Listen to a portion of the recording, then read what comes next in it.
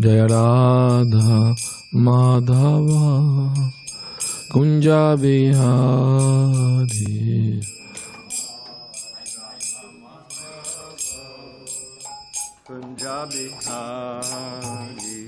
Jaya Radha Madhava Kunja Bihari.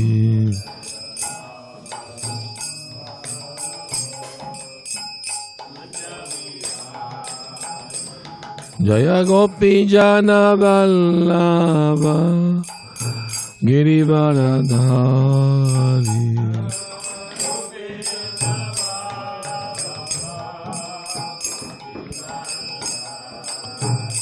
Jaya Gopi Jana Vallabha Girivaradhari.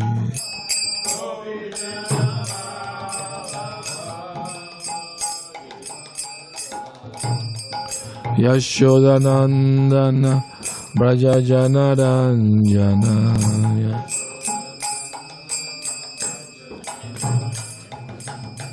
Yashodanandana Braja Jana Ranjana.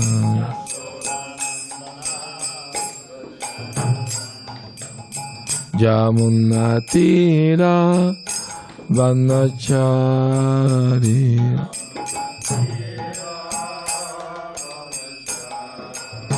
Yamuna Tira Vanachariya.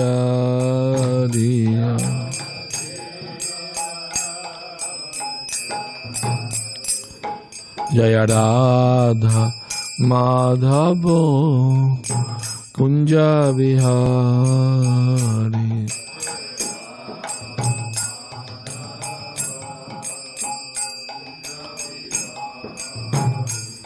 Jaya Radha Madhava Kunja Bihari.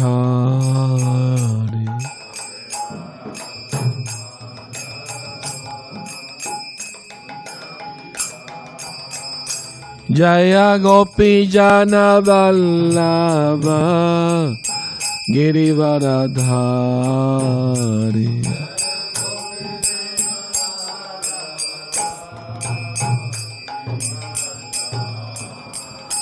Jaya Gopi Jana Vallabha Girivaradhari.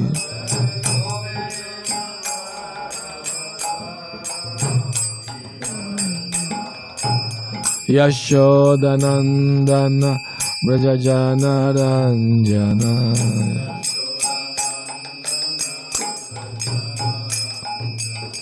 Yashodanandana Braja Jana Ranjana.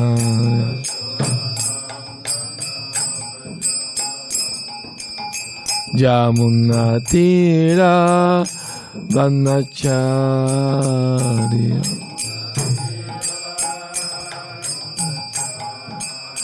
Yamunatira Vanachari.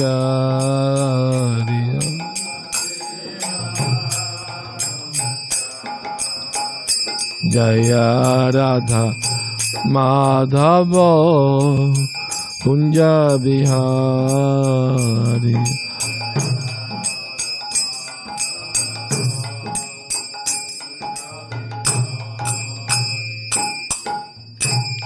Gaur Premanandi. Om Namo Bhagavate Vasudevaya. Om Namo Bhagavate Vasudevaya. Om Namo Bhagavate Vasudevaya.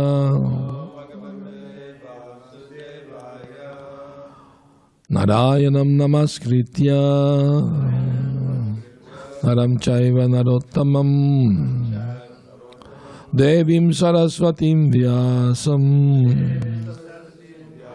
Tato Jayam Mudiraye Nastapraye Shavadreshu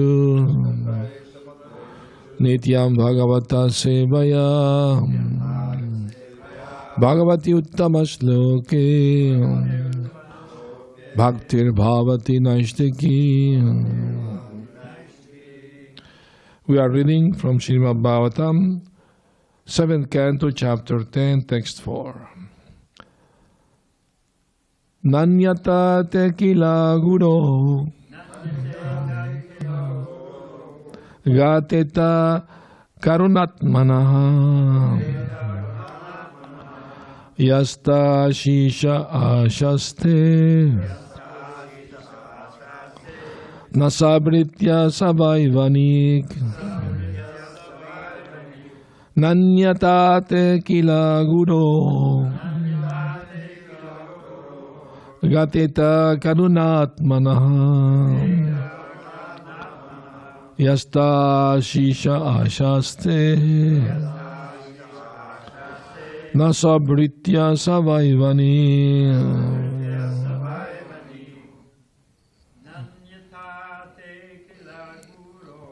nanyata tekila guru gateta karunatmanaha yastu ashisha ashaste nasabritya savaivanik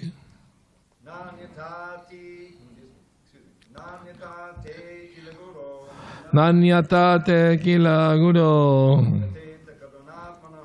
gateta karunatmanaha yasta ashisha ashaste nasabritya savaivanik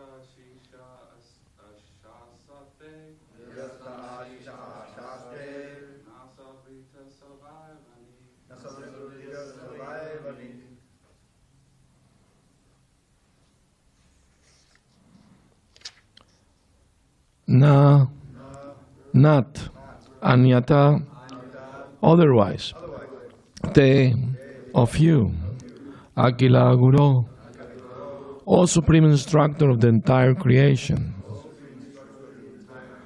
gateta, such a thing can happen, karuna atmanaha, the Supreme Person who is extremely kind to his devotees.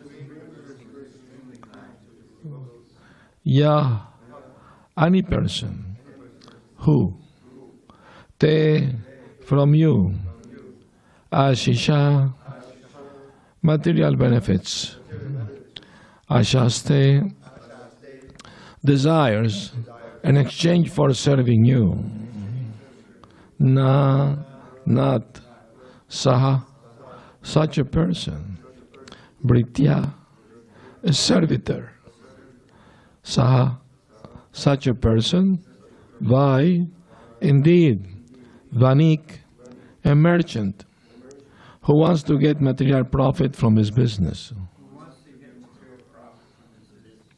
Translation. Otherwise, O my Lord, O Supreme Instructor of the entire world, you are so kind to your devotee that you could not induce him to do something unbeneficial for him. On the other hand, one who desires some material benefit in exchange for devotional service cannot be your pure devotee.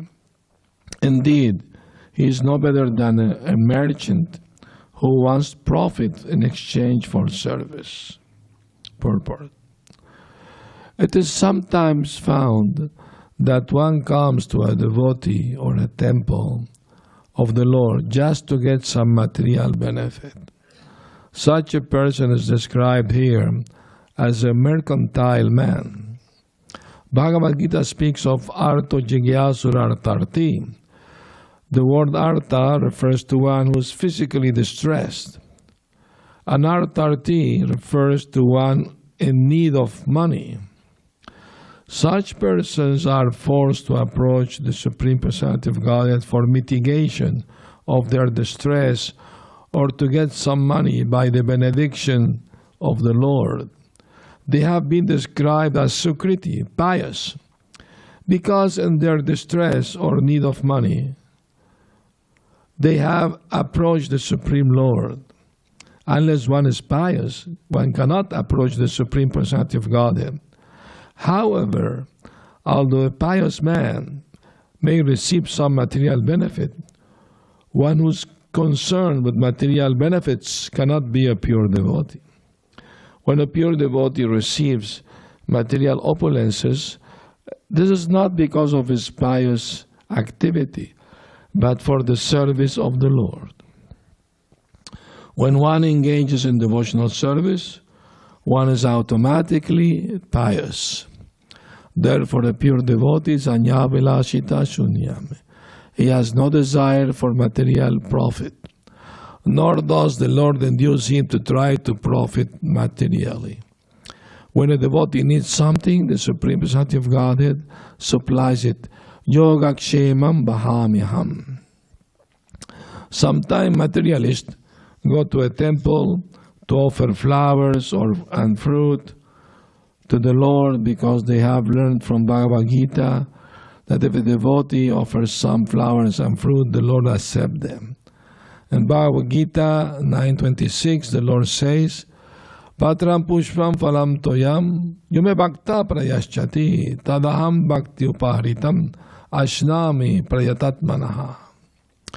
If one offers me with love and devotion a leaf, a flower, fruit, or water, I will accept it. Does a man with a mercantile mentality think that if he can get some material benefit, like a large amount of money, simply by offering a little fruit and flower, this is good business? Such persons are not accepted as pure devotees because their desires are not purified. They are still mercantile men, even though they go to temples to make a show of being devotees. Sarvapadi vinirmuktam tatparattvena nirmalam. Only when one is fully freed from material desires, can one be purified, and only in the purified state can one serve the Lord. Rishikena rishikesham sevanam Bhakti Ruchyate. This is the pure devotional platform.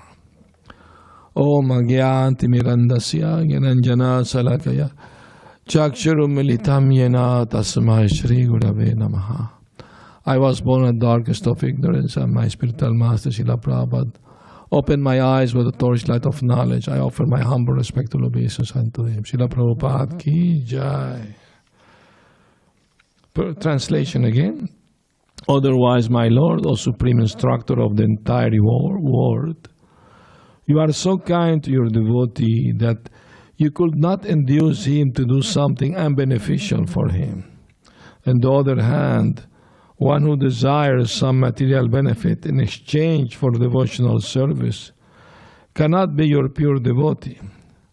Indeed, he is no better than a merchant who wants to profit in exchange for service. So Prahlad Maharaj is saying that we should not approach the Lord to get some material benefit. Of course, a person who does that is pious. Sukriti is a pious person because he's approaching the Lord when he's in need. And there is maybe some little affection for the Lord and asking him some help, some material help. But it still is not considered pure devotion. No? So Prabhupada is saying, I'm not a vanik, I'm not a merchant. I don't want any material things in exchange for my service to you, my Lord. I just want your satisfaction, that you are pleased. No? Once a devotee asked Prabhupada, how can I please you? And Prabhupada's answer was, your desire to please me pleases me. So everything about Krishna conscious devotional service is the internal mentality, attitude, purpose we have in doing the service. Prabhupada said more important than the service itself is the mentality of the servitor. No? How he approached the Lord to do this. Once in Vrindavan, the pujari of the Radha Govindaji temple came out looking for something to offer the Lord because it was the time for offering and there was nothing available. And puffed rice vendor was just arriving there, putting his table there and, everything. They call it muri, the puffed rice, no? Muri, isn't? So the pujari said, please give me some muri for the Lord. Oh, I just arrived. I haven't sold anything. Please wait until I sell something. Then I can give it to you. Pujari said, no time for that. The offering is now. Please wait a few minutes. Maybe somebody will buy. And while they were talking, the wind blew very, very fast. And all the puffed rice were flying in the mid-air. And the vendors start saying, Bhog for Govinda, Bhoga for Govinda, Bhoga for Govinda. He has no other choice, to offer the flying puffed rice, by force. So Krishna doesn't appreciate much. You do something by force, force of circumstances, Although there is some piety in that. I heard an amazing story that in one temple in the Himalayas, in winter, not everyone stay there. It becomes so cold. So they put some lamps, oil lamps to keep the Lord warm there, So one of the lamp was almost gonna, turn off. And one mouse was there around, and with his tail he touched it and ignited his tail and ignited the lamp also, both. So the poor mouse died, But he did the pious activity before he died, So he got human life, become devotee, Another amazing story like that. Once a hunter with a bow and arrow, he pierced the poor pigeon flying around the temple. So the poor pigeon fell, and before dying, the pigeon did parikrama around the temple. And because of that, was born human, became devotee. So, Krishna is so kind and so merciful that he doesn't, he take advantage of any little opportunity to help spiritually any living entity. Because he loves everyone, because we are all part of him. So it's natural, that he reciprocate, take advantage of any opportunity. In the Hari, in one of the verses in Srila Rupa Goswami's book, what's it called? No, the compilation of... No, is he quotes many different devotees saying Upavali? Padyavali, thank you. Padyavali, yes. In the Padyavali, there is a verse by one devotee saying that, my dear Lord, as materialistic people are counting their money every day. Today I got so much money. I tricked this one, I lied to that other one, I cheated this other one. and tomorrow I'm going to get more and more money. In the same way, my Lord, today I'm going to chant so many names of your names, and I will keep them in the chest of my heart. And tomorrow I'm going to chant even more.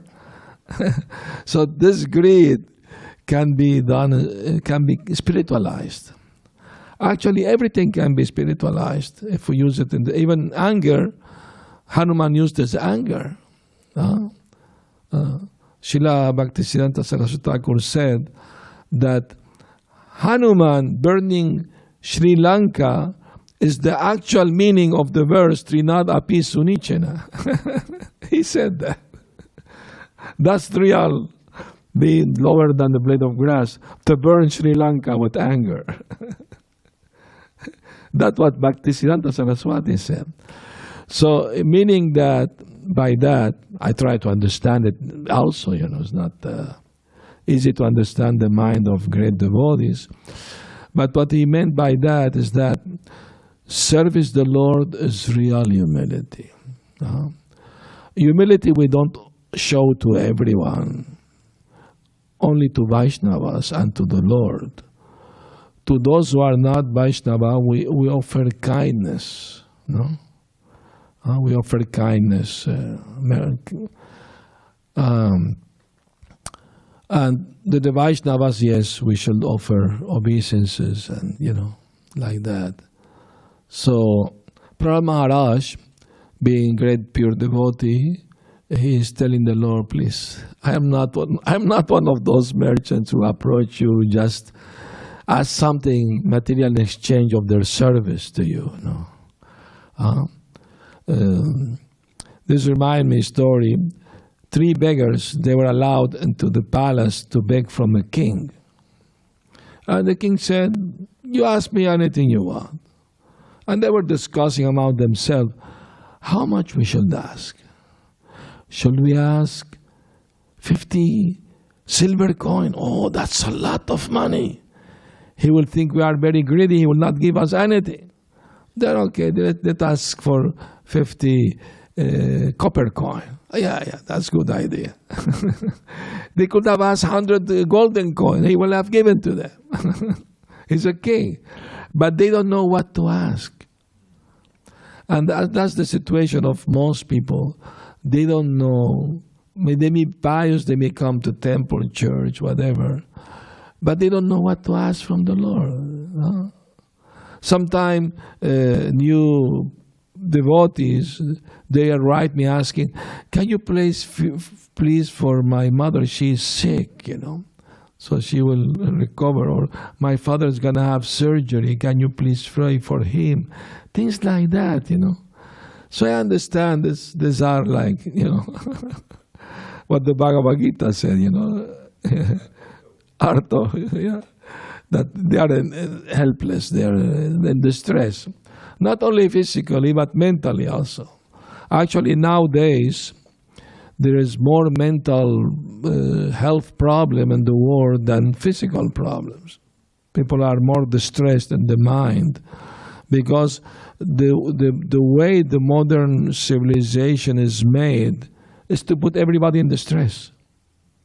They put so many pressure on everybody to succeed. Even the students, they get so much depressed, sometimes they commit suicide because so much pressure to be successful, in everything. There is like what do you call that? Race of the rat? Rat race. It's a rat race. Everybody's crazy after. You have to be, materially very successful. And those who made it, like the sort of famous, the rich, all these people, these are the great heroes. People put their posters in their room, Being an artist or a soccer player, whatever, politicians, Trump, you may have some people they worship him, Prabhupada said that at the time of the Second World War, one merchantman in India had a picture of Hitler and was doing puja every day. Because thanks to him, he became rich in the black market. Once I visited the home in South India, some program, devotees program. And the man was not devotee, he was, favorable to devotees. And he had an altar with all kind of avatars and saints of all religions, avatars there, Say Baba, this Baba, that other, everyone. And he had a picture of Superman. Superman. Really. I approached him, I said, Superman, come on. He said, just in case, you never know. I thought, these guys are crazy, I mean, once I visited Gibraltar, Gibraltar, next to Spain, belongs to England, the island. There is an Hindu temple where we went into temple, we had a program there, then home program. And at the home program, one man came to talk to me. He said, last night I had a dream. I'm a follower of Sai Baba. And Sai Baba told me in a dream that I shall be your disciple. Yeah. He told you that in the dream? Yes, he told me that. Okay, I thought maybe he made a mistake there.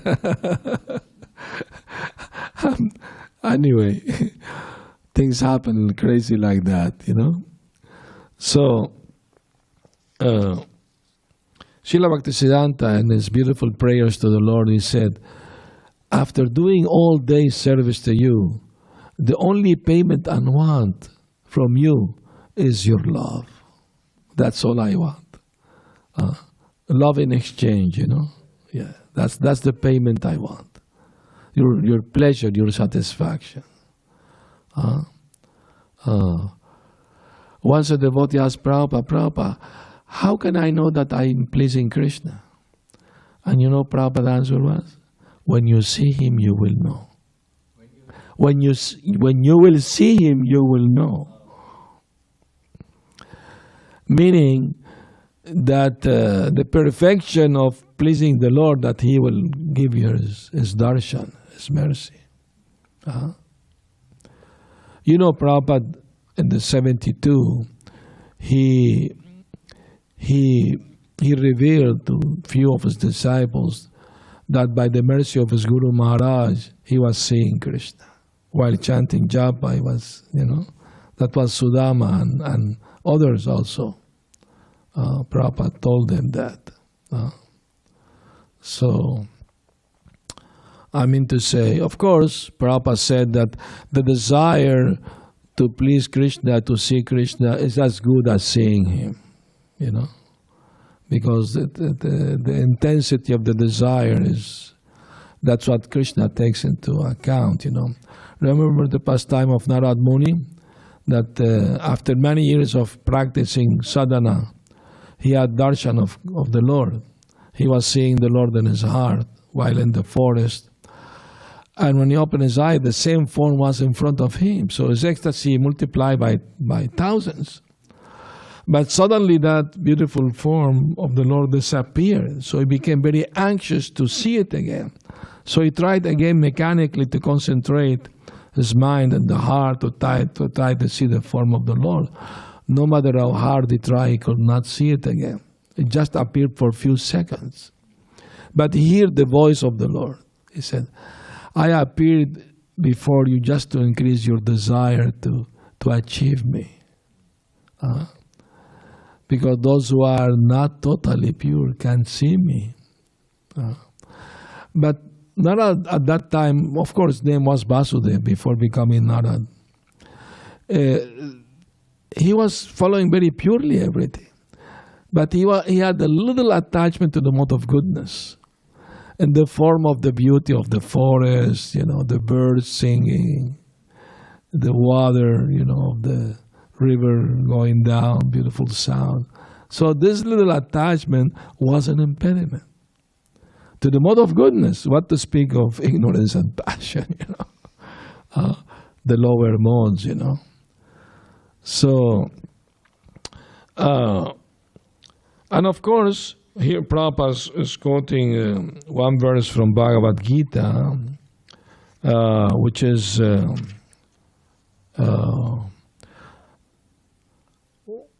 Yogakshema Vahamyaham.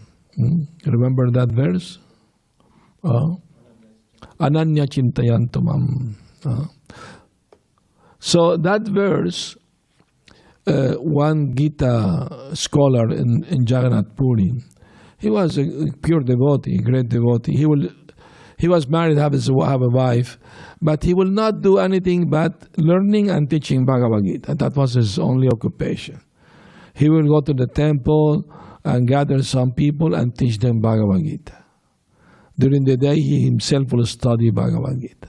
So he had the surname Gita Panda. Anyway, so one day he came to this verse, the last line, Yogakshema Bahamyaham, and he became doubtful. Because what means ahami, Bahamyaham, I personally carry to my devotees what they're lacking. I preserve what they have and bring what they need. So he became doubtful. He said, the Lord doesn't need to come personally. He can send somebody or through somebody, to help his devotee in need. So maybe somebody else added this, last line at the end of the verse. Something like that. So he took a red pen and touched it, And he told his wife, my dear wife, I'm going to the temple, do some seva there. And they were so poor. They have all over the devotee was teachers all over the devotee. And they will eat once a day in the evening because whatever he will get donation from teaching Bhagavad Gita, somebody will give a little rice, some little vegetable. He will bring home, the wife will make some and offer to Krishna. But that's what they survive day by day. But that afternoon, somebody knocked on the door, and the lady of the house opened the door, and so she saw two young men carrying a stick on their shoulder, and each side of the stick there was a big, container full of grains and fruit and vegetables from each side, balancing the thing. Two young men said, oh, maybe you mistake the house. We didn't order anything. We have no money. Said, no. This is a donation. I am disciple of your husband, and he asked me to bring this here. But my husband told me he has no disciple. Oh, I am his first disciple. And see, he was pushing me so hard to come here. He scratched my back. See, he showed his back all red with fingernails on the back. How he can be so cruel? I didn't know he was like that, Oh, okay, please put everything here. So they put both everything there and left. The Gita Panda came in the evening, had a big feast ready for him. He was surprised. From where you got all this? Well, one of your disciples brought it. I have no disciple, I thought. Two young men, they said they are their first disciple, and you pushed them so hard to come. How you could scratch this back so cruelly like that? So I don't know what you're talking about. So he rushed to the room and opened the Bhagavad Gita, and the red line that he used to touch the last line disappeared. So he understood. To prove me wrong, Krishna and Balaram, they personally came to bring the bhoga for his devotee, Of course, he was a pure devotee, He didn't worship Krishna expecting anything material from it. But he just have this doubt, so Krishna, clarified that everything I say is 100% correct.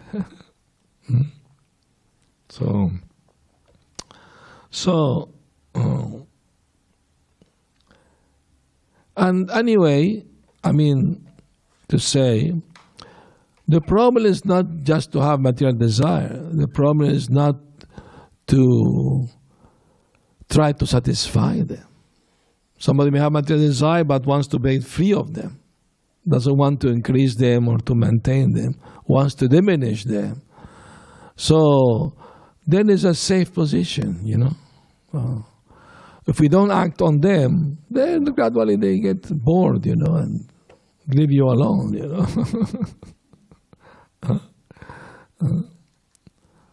So there's a story of one old lady, pious lady, you know, devotee lady.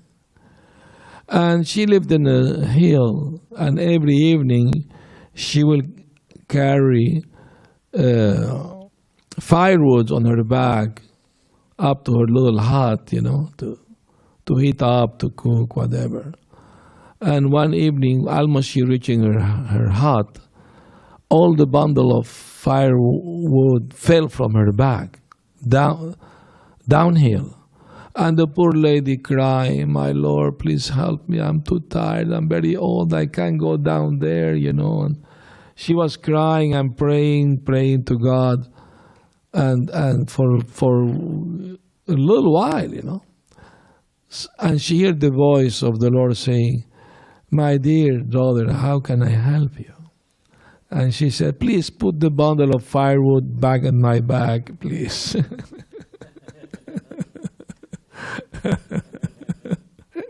She could have said, "Take me to Vaikuntha. I'm tired of this miserable life."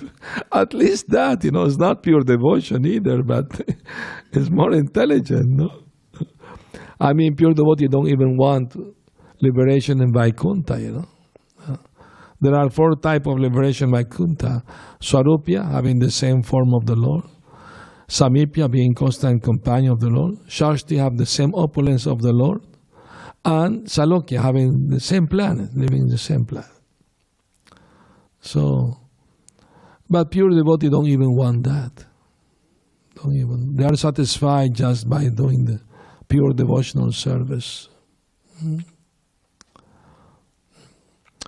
Anyway, I would like to ask if you have any comment, questions, please. Maharaj. Let's see if the other devotees have questions, but just one quick one. Did you initiate the guy in Gibraltar? I did not. What did you tell him? I think there's a story there. I told him, "Get ready, chant 16 rounds, follow the 4 rules." Anyway. With your permission, and your permission, the verse from Pradyavali that you were citing, I think I know that verse. I put a little poem. Right. I said, okay, Please do. take less than a minute. I don't know who wrote it. Maybe anonymous. I think it's anonymous. Vichayani, vichayani, vichinjani, punak punak, kripanasya dhanani, vatvan namami bhavantu yak.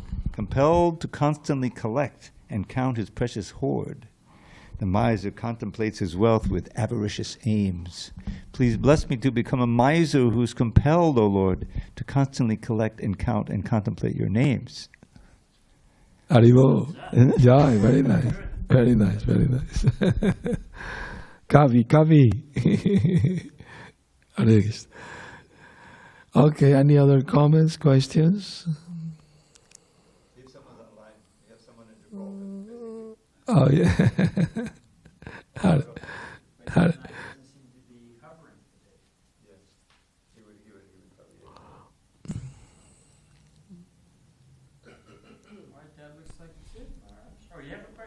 Sure. Hare Krishna. Haribo.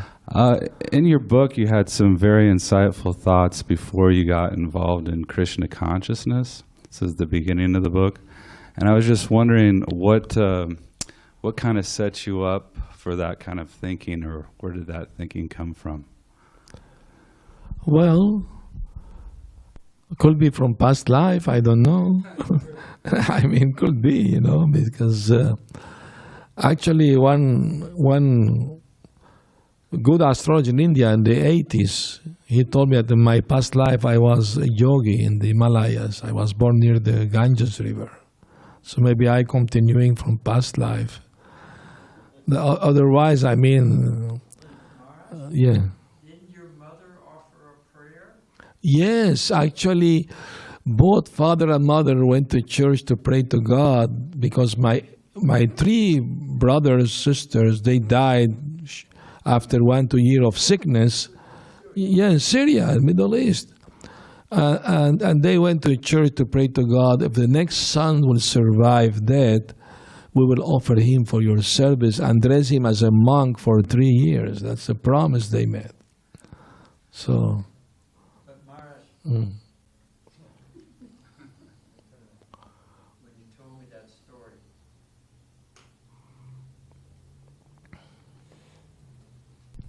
when you told me that story, you said your mother was very upset that you became a devotee. Yes. And you told her, but it's what you prayed for. Right. Next time, you just have to be more specific. No. She said, well, we meant the Christian God, not the Hindu God.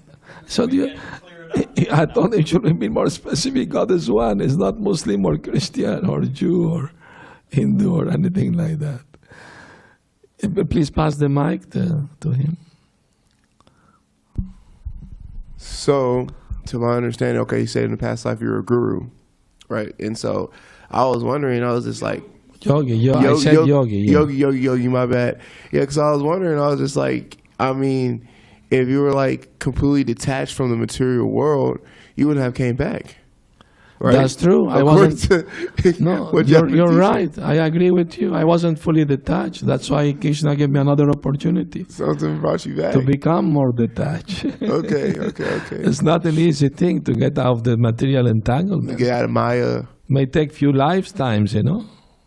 Okay, I was wondering. I was just like, yeah, you're a yogi. But there is no loss or diminution in this path.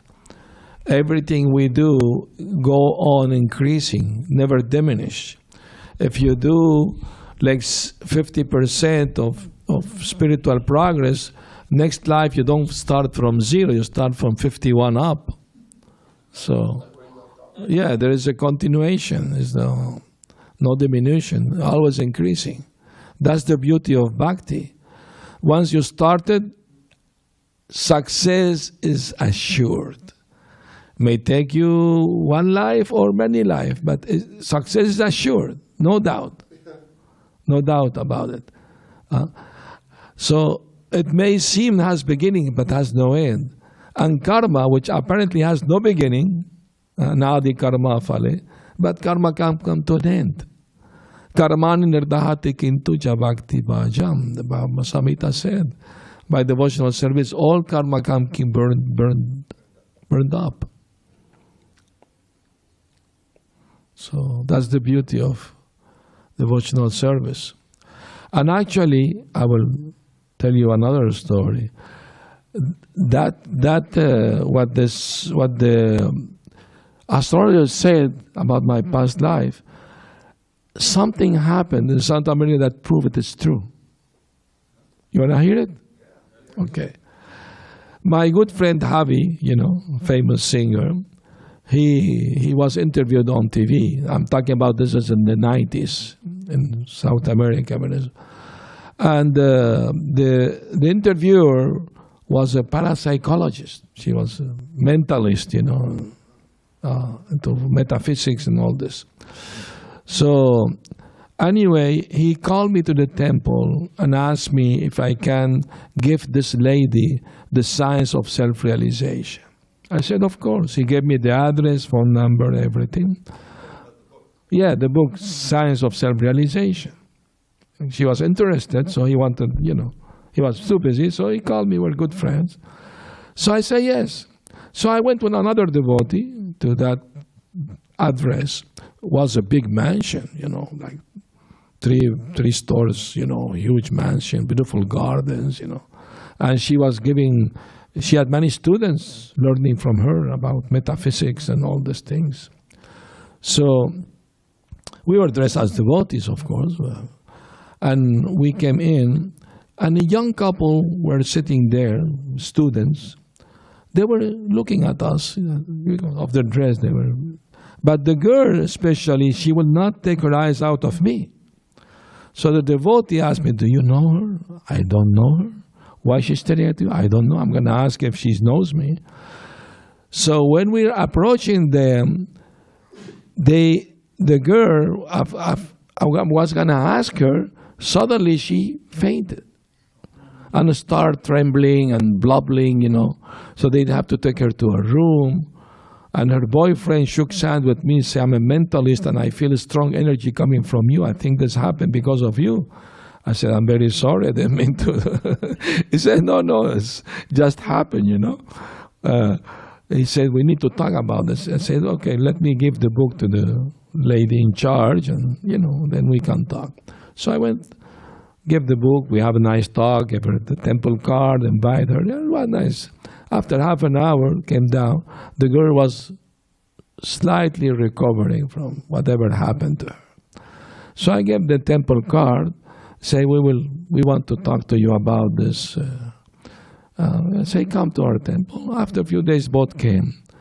And the girl said that when she saw me entering the compound, the courtyard, she has a deja vu that I know this person from somewhere, I don't know where, but very strong feeling. So strong that she lost consciousness. And she said she saw me dressed in orange with long hair, long beard, different face, but she knew the same person, coming with other people to enter a big temple. Did you have any experience with LSD? Nothing. No, she was completely normal, She herself was into metaphysics and spirituality and all this thing. And she said that I was like a counselor, spiritual counselor to her or something like that. Anyway, she said, I'm confused. This is the first time something like this happened to me. I've never experienced such a thing, Can you please explain why this happened to me? Then I told her, you just confirmed to me what the astrologer said about my past life, I said, well, maybe God, Krishna wants to show you that you must continue from your past life spiritual progress.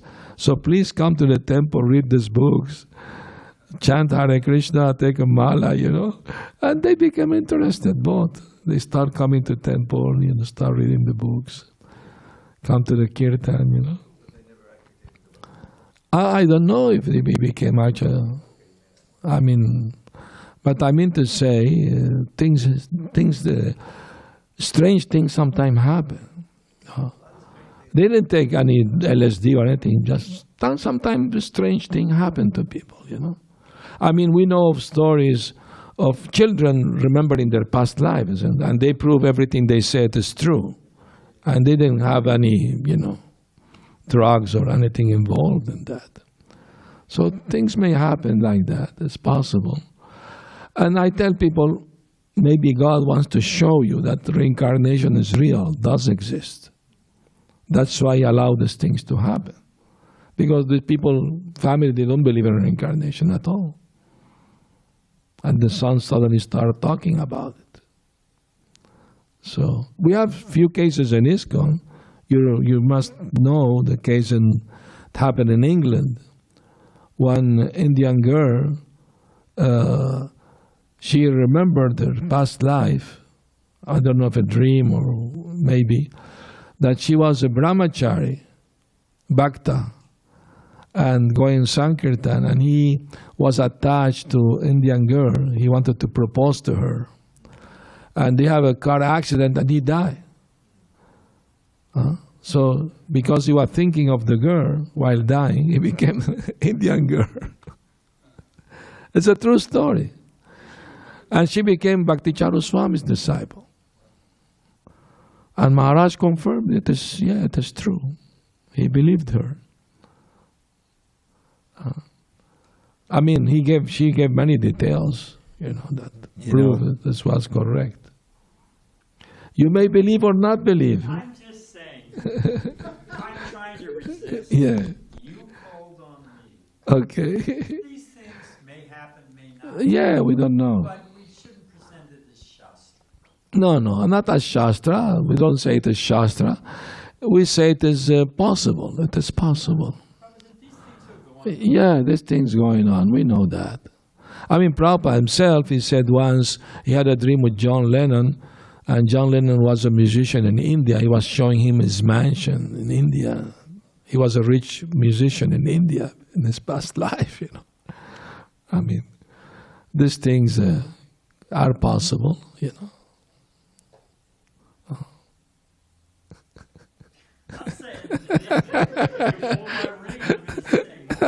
No. It's okay. It's okay. Yeah. Exact incident Yeah. Yeah, right. So Krishna is in full control of everything that happens in the whole material and spiritual world. And he takes any little opportunity that he sees somebody a little inclined. When Prabhupada visited our temple, South America, he said, if we see a little spark of interest in the spiritual life in somebody, we should fan it. Fan it until it becomes, fire, like that. So Krishna takes any little opportunity to do that, to ignite any little spark of interest in Krishna consciousness we may have, or anybody may have, and he does it, I hear a story that happened in Ukraine, not long time ago, before the war. One devotee was doing book distribution and knocked on somebody's house. The lady opened the door and he showed the books. She said, I'm interested in buying this book. Please come to my house. He came in and she chose I want all the titles you may have.